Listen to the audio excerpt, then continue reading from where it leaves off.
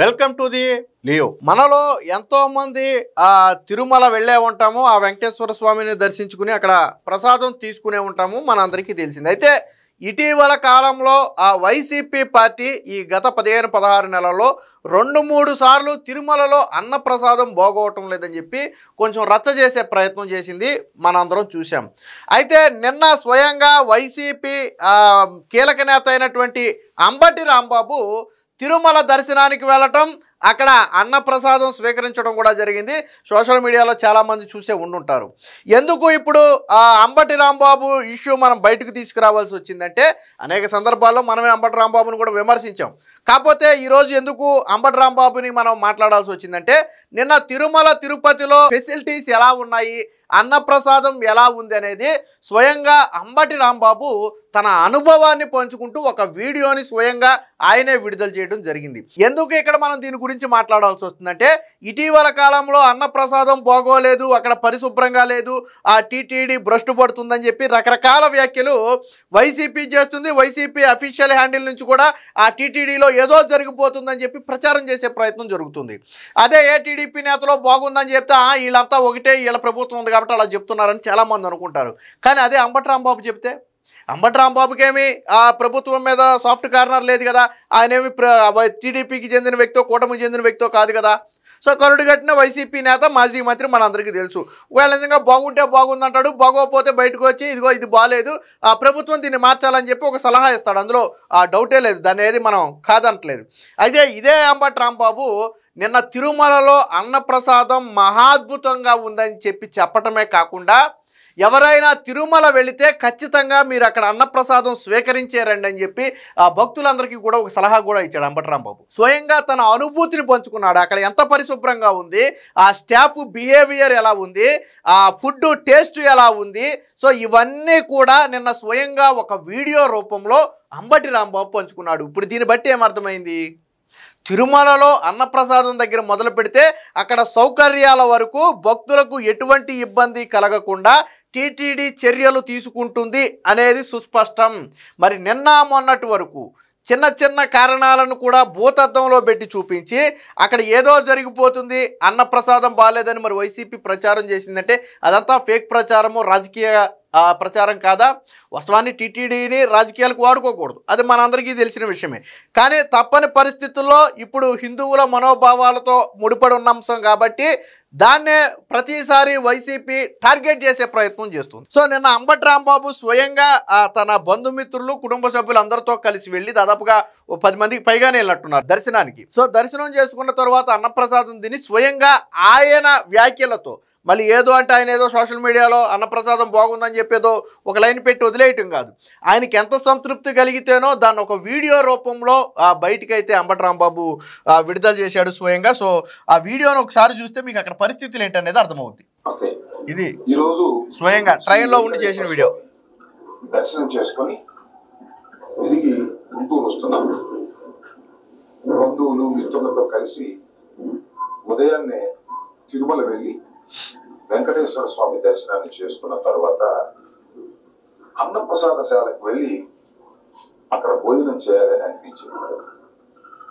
ఆ తర్వాత సుమారుగా 1 గంట ప్రాంతంలో అందరం కలిసి అన్నప్రసాదశాలకు వెళ్ళాం. అక్కడే భోజనం కూడా చేసాం. అంటే భోజనం అనడం కంటే అది భగవంతుని ప్రసాదం, చాలా అద్భుతమైన భోజనం, అది చాలా రుచికరమైనటువంటి భోజనం. ఆ భోజనశాల ఎంతో నీట్ గా మెయింటైన్ చేస్తున్నారు, హైజీనిక్ గా ఉంది. భోజనం కూడా చాలా రుచికరంగా ఉన్నటువంటి భోజనం. విన్నారు కదా, ఎవరు చెప్పారు ఈ మాట? స్వయంగా అంబటి రాంబాబు తన నోటితోనే. ఎస్, మేము దర్శనం తర్వాత భోజనశాలకు వెళ్ళి భోజనం చేయాలనిపించింది, బంధుమిత్రులతో వెళ్ళాము, అక్కడ భోజనం కూడా చేశాము. భోజనం అయితే అద్భుతంగా చాలా చక్కగా ఉంది టేస్టు.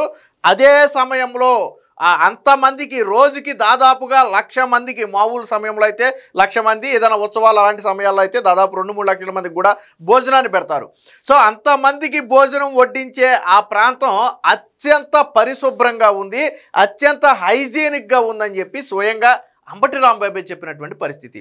అంటే దేనికి అర్థం పడుతుంది? ఇది టీటీడీ పనితీరుకి అంబటి రాంబాబు వ్యాఖ్యలనే అర్థం. ఎందుకు మనం దీని గురించి ఇప్పుడు అంబటి రాంబాబు వ్యాఖ్యల గురించి మాట్లాడాల్సి వచ్చిందంటే, ఎవరైతే టీటీడీ మీద దుష్ప్రచారం చేయాలని వైసీపీ వాళ్ళు చూస్తున్నారో వాళ్ళు ఇప్పటికైనా బుద్ధి తెచ్చుకోవాలి. ఫస్ట్ దేవుడిని రాజకీయాలకు వాడొద్దు, ఫస్ట్ థింగ్. రెండోది, అక్కడ బాగున్నా బాగోలేదని చెప్పడం. మీకు చిన్న ఉదాహరణ కూడా చెప్తా. ఆ గతంలో ఇదే టీటీడీలో భోజనానికి వెళ్ళి అక్కడ భోజనం బాగాలేదని రచ్చ చేసే ప్రయత్నం చేసి దాన్ని బయట నుంచి వీడియో తీసి వైసీపీ సోషల్ మీడియాలో హల్చల్ చేశారు. తర్వాత పోలీసులు విచారణలో తేలింది ఏంటంటే, హల్చల్ చేసిన వ్యక్తి వైఎస్ఆర్సీపీ నాయకుడు. ముందుగానే వంటశాలల్లో ఒక వీడియో క్లిప్ తీసి బయటకు వదలాలనే ఉద్దేశంతో వాళ్ళు ప్రీ ప్లాన్డ్గా వెళ్ళి ఆ క్లిప్ను వదిలారు. తర్వాత పోలీసుల సమక్షంలో తప్పు ఒప్పుకున్నారు. వీడియో తీసిన వ్యక్తి బయట ఆ గేటు బయట నుంచి అక్కడి నుంచి డోర్ దగ్గర నుంచి వీడియో తీశాడు, లోన్ తీనివ్వరు కాబట్టి. తర్వాత దాన్ని బయటకు వదిలారు. ఇది స్వయంగా పోలీసులు విచారణలో ఒప్పుకున్నారు. వాళ్ళ మీద కేసు నమోదు చేశారు. అదంతా వేరే థింగ్ అనుకోండి. అంటే కావాలని చేయటం. వాస్తవానికి అక్కడ అద్భుతమైన ఫెసిలిటీస్ ఉన్నప్పటికీ కూడా హిందువుల మనోభావాలతో ముడిపడి ఉంది కాబట్టి అక్కడ బాలేదు అంటే కూటమి ప్రభుత్వం మీదో లేదా టీటీడీ మీద పడిందంటే అది కూటమి ప్రభుత్వం పడినట్టు ఆల్మోస్ట్గా. ఎందుకని అక్కడ ప్రభుత్వం నిర్మించినటువంటి వ్యక్తి చైర్మన్గా ఉంటారు, అలాగే వాళ్ళే ఈవోగా ఉంటారు, అడిషనల్ ఈవోగా ఉంటారు. మొత్తం ప్రభుత్వానికి లింక్డ్ అది. కాబట్టి దాంట్ మీద విమర్శలు చేస్తే అది ప్రభుత్వానికి అంటుకుంటాయి. ఆ ఉద్దేశంతోనే కావాలని విమర్శలు చేయించారు. బట్ ఈరోజు అంబటి రాంబాబే స్వయంగా తన నోటితో చెప్పాడు. ఇందులో ఎవరు అంబటి రాంబాబుతో ఎవరు బలవంతంగా చెప్పించలేరు, డబ్బులు ఇచ్చి అసలు చెప్పించలేరు కదా. ఆయన కరుడు కట్టిన వైసీపీ నేత, మాజీ మంత్రి, మనందరికీ తెలిసిన వ్యక్తే. ఆయనే అంత స్వయంగా చెప్పాడు. తర్వాత ఆయన తినమని సలహా కూడా ఇచ్చాడు అందరికీ. అది కూడా ఒకసారి ఉంది, ఇందులో చూద్దాం. తిని చాలా తృప్తి పడ్డామని ఈ సందర్భంగా చెప్పదలుచుకున్నాను. అది ఎలా మేనేజ్ చేస్తున్నారో నాకు అర్థం కాలేదు. రోజుకి కనీసం 90,000 మందికి అక్కడ భోజన సదుపాయాలు ఏర్పాటు చేస్తారు. సరే, ఇంకా కొన్ని సందర్భాల్లో, ప్రత్యేకమైన సందర్భాల్లో, బ్రహ్మోత్సవాలు ఇంకా రష్గా ఉన్న సందర్భాల్లో 1,30,000 నుంచి 1,40,000 వరకు కూడా భక్తులు భోజనం చేసేటటువంటి అవకాశం అక్కడ ఉంటుంది. చాలా సందర్భాల్లో అలా భోజనం కూడా చేస్తున్నారు. రుచికరంగా భోజనం పెట్టడమే కాకుండా చాలా శుభ్రమైనటువంటి భోజనాన్ని పెడుతున్నారు. విన్నారు కదా, రుచికరమైన భోజనమే కాకుండా చాలా శుభ్రంగా. మీరు అక్కడ వడ్డన చేసే వాళ్ళను కూడా ఒకసారి సర్వీస్ చేసే వాళ్ళని కూడా చూడండి.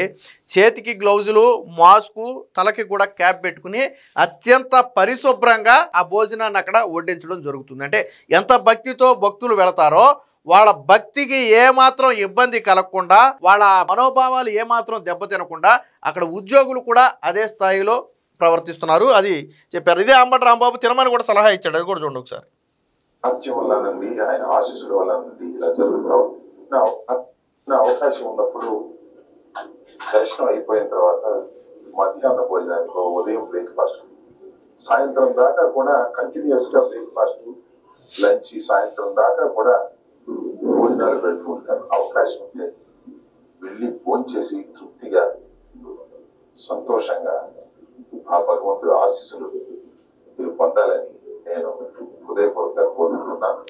అదే అంబటి రాంబాబు అక్కడ ఫీడ్బ్యాక్ కూడా ఇవ్వడం జరిగింది. ఇప్పుడు ఇందాక అంబటి రాంబాబు రాసింది ఏంటంటే, తిరుమలలో ఫీడ్బ్యాక్ అనేది మనం ఇవ్వచ్చు. అద్భుతమైన ఏర్పాట్లు చేశారు, భోజనం అద్భుతంగా ఉంది, హైజీనిక్గా ఉంది, సర్వీసు బాగుందని చెప్పి ఆయన ఒక ఫీడ్బ్యాక్ను కూడా అక్కడ ఇవ్వడం జరిగింది. మరి ఎందుకు వైసీపీ దీన్ని పదే పదే రాజకీయం చేయాలని చూస్తుంది? మీ నేతలు అంటే ఈ రోజు శుభ్రంగా ఉండి రేపు శుభ్రం లేకుండా ఉండదు కదా. అంబటి రాంబాబు వస్తున్నాడని టీటీడీకి ఏం తెలియదు కదా. వాస్తవానికి అసలు ఆయన భోజనశాలకు వెళ్ళాలనే అనుకోవాలా. దర్శనం కొద్దిగా ఎర్లీగా అవటం వల్ల భోజనం టైం కాబట్టి ఒకసారి వెళ్ళొద్దాం అనిపించి అప్పటికప్పుడు వెళ్ళాడు ఆయన. అంటే అలాంటి పరిస్థితి. అంటే ఇది ఒక రకంగా కూటమి పనితీరుకు నిదర్శనం. ఇదే అంబటి రాంబాబు వైసీపీ అధికారంలో ఉన్న అనేక సందర్భాల్లో కూడా సందర్శించి ఉండొచ్చు. మరి ఏ రోజు అంటే భోజనశాలకు వెళ్ళాడో లేదో మనకైతే తెలియదు, కానీ టీటీడీకి అయితే అనేక సందర్భాల్లో వెళ్ళాడు, మనం చూసాం. మరి ఏ రోజు కూడా వాళ్ళ ప్రభుత్వంలో ఇక్కడ ఏర్పాట్లు అద్భుతంగా ఉన్నాయని ఏ రోజు ఆయన చెప్పాల, మాట వరుసకు కూడా చెప్పాల ఏ రోజు. కానీ ఈ రోజు కూటమి ప్రభుత్వం అధికారంలో ఉన్న సమయంలో భోజనం చేసి అద్భుతంగా ఉంది, హైజీనిక్గా ఉంది, చాలా మర్యాదగా చూసుకుంటున్నారని చెప్పి ఆయన తన వ్యాఖ్యలతో చెప్పి, మీరెవరైనా తిరుమల వెళితే ఖచ్చితంగా భోజనం చేసేరండి, అంత బాగుంది భోజనం అని చెప్పి ఆయనే ఒక 10 మందికి పిలుపుని కూడా ఇచ్చారంటే అది టీటీడీ పనితీరుకు నిదర్శనం. కాబట్టి ఇప్పటికైనా వైసీపీ టీటీడీ మీద ఏదైతే రాజకీయం చేయాలనుకుంటుందో, ముఖ్యంగా ఈ భోజనానికి సంబంధించి కావచ్చు, అక్కడ సిబ్బందికి సంబంధించి కావచ్చు, ఏదైతే విమర్శలు చేయాలనే ప్రయత్నం చేస్తుందో వాటిని మానుకుంటే మంచిది. వాస్తవానికి దీన్ని వైసీపీ కూడా హృదయపూర్వకంగా స్వీకరించాలి. ఎందుకంటే దేవుడిని రాజకీయాలకు అతీతంగా చూడాలి. సో ఇది ఒక మంచి విషయం. అక్కడ బాగుంది కాబట్టి బాగుందని చెప్పాడు. అది 10 మందికి మరో 10 మందికి చెప్పడంలో తప్పులేదు. ఈ రోజు మనం వీడియో చేసింది కూడా అదే. ఇదే వైసీపీ బాగోలేదని విష ప్రచారం చేస్తే అదే వైసీపీ నాయకుడు వెళ్ళి అక్కడ బాగుందని చెప్పాడు. సో కాబట్టి వైసీపీ చేస్తున్నటువంటి దుష్ప్రచారాలన్నీ కూడా దీంతో పటాపంచలయ్యాయి. ఇక నుంచి అయినా వైసీపీ టీటీడీ మీద దుష్ప్రచారాలు మానుకుంటే మంచిది. Please subscribe to Leo news for more videos.